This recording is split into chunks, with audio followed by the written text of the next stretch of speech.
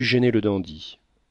Tout à coup, en se souvenant d'avoir vu ce jeune homme au bal de madame de Beauséant, il devina ce qu'était Maxime pour madame de Restaud, et avec cette audace juvénile qui fait commettre de grandes sottises ou obtenir de grands succès, il se dit voilà mon rival, je veux triompher de lui.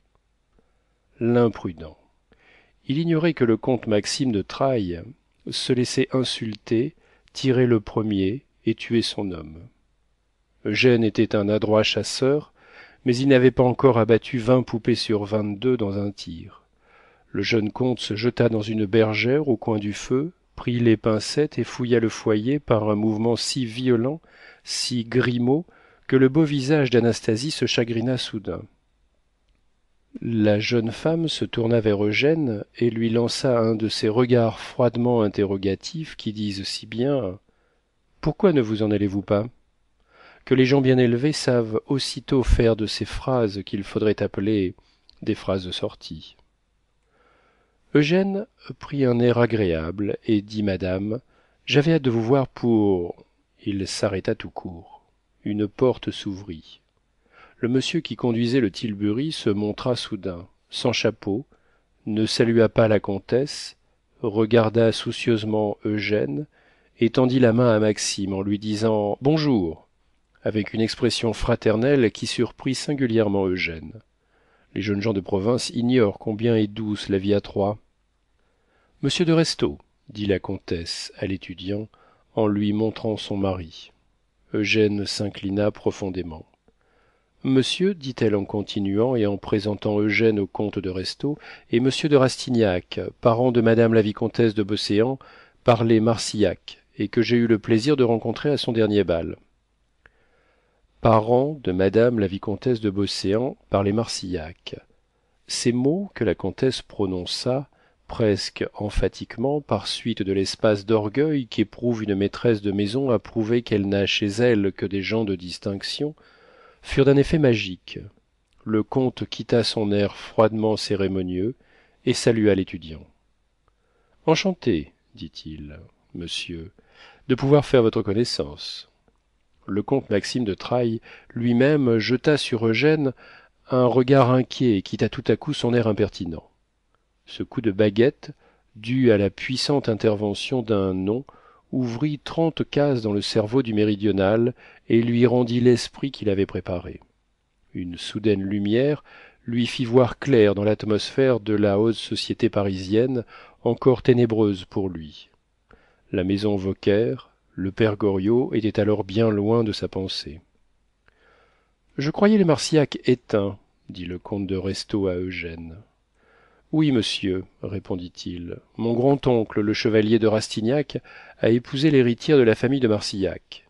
Il n'a eu qu'une fille, qui a épousé le maréchal de Clarimbault, aïeul maternel de madame de Beauséant. Nous sommes la branche cadette, branche d'autant plus pauvre que mon grand-oncle, vice-amiral, a tout perdu au service du roi. Le gouvernement révolutionnaire n'a pas voulu admettre nos créances dans la liquidation qu'il a faite de la Compagnie des Indes. Monsieur votre grand-oncle ne commandait-il pas le Vengeur avant 1789 ? Précisément. Alors il a connu mon grand-père, qui commandait le Warwick. Maxime haussa légèrement les épaules en regardant madame de Restaud et eut l'air de lui dire s'il se met à causer marine avec celui-là, nous sommes perdus. Anastasie comprit le regard de monsieur de Trailles. Avec cette admirable puissance que possèdent les femmes, elle se mit à sourire en disant venez, Maxime, j'ai quelque chose à vous demander. Messieurs, nous vous laisserons naviguer de conserve sur le Warwick et sur le Vengeur. Elle se leva et fit un signe plein de traîtrise railleuse à Maxime, qui prit avec elle la route du boudoir. À peine ce couple morganatique, jolie expression allemande qui n'a pas son équivalent en français, avait-il atteint la porte que le comte interrompit sa conversation avec Eugène. Anastasie, restez donc, ma chère, s'écria-t-il avec humeur. Vous savez bien que. Je reviens, dit-elle en l'interrompant. Il ne me faut qu'un moment pour dire à Maxime ce dont je veux le charger. Elle revint promptement, comme toutes les femmes qui, forcées d'observer le caractère de leur mari pour pouvoir se conduire à leur fantaisie, savent reconnaître jusqu'où elles peuvent aller afin, de ne pas perdre une confiance précieuse, et qui alors ne les choque jamais dans les petites choses de la vie, la comtesse avait vu d'après les inflexions de la voix du comte qu'il n'y aurait aucune sécurité à rester dans le boudoir. Ces contretemps étaient dus à Eugène. Aussi la comtesse montra-t-elle l'étudiant d'un air et par un geste plein de dépit à Maxime, qui dit fort épigrammatiquement au comte, à sa femme et à Eugène: « Écoutez, vous êtes en affaires, je ne veux pas vous gêner. Adieu. » Il se sauva. « Restez donc, Maxime, » cria le comte. « Venez dîner, » dit la comtesse, qui, laissant encore une fois Eugène et le comte, suivit Maxime dans le premier salon, où ils restèrent assez de temps ensemble pour croire que monsieur de Restaud congédierait Eugène. Rastignac les entendait tour à tour éclatant de rire, causant, se taisant, mais le malicieux étudiant faisait de l'esprit avec monsieur de Restaud, le flattait ou l'embarquait dans des discussions afin de revoir la comtesse et de savoir quelles étaient ses relations avec le père Goriot. Cette femme, évidemment amoureuse de Maxime, cette femme maîtresse de son mari, liée secrètement au vieux vermicellier, lui semblait tout un mystère. Il voulait pénétrer ce mystère, espérant ainsi pouvoir régner en souverain sur cette femme si éminemment parisienne. Anastasie, dit le comte, appelant de nouveau sa femme. Allons, mon pauvre Maxime, dit-elle au jeune homme, il faut se résigner. À ce soir.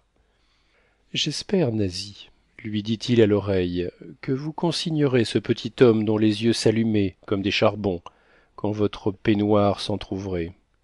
Il vous ferait des déclarations, vous compromettrait, et vous me forceriez à le tuer. Êtes-vous fou, Maxime, dit-elle. Ces petits étudiants ne sont-ils pas, au contraire, d'excellents paratonnerres? Je le ferai, certes, prendre en grille par Restaud. Maxime éclata de rire et sortit suivi de la comtesse, qui se mit à la fenêtre pour le voir montant en voiture, faire piaffer son cheval et agitant son fouet. Elle ne revint que quand la grande porte fut fermée. Dites donc, lui cria le comte quand elle rentra, ma chère, la terre où demeure la famille de monsieur n'est pas loin de Verteuil, sur la Charente. Le grand-oncle de monsieur et mon grand-père se connaissaient.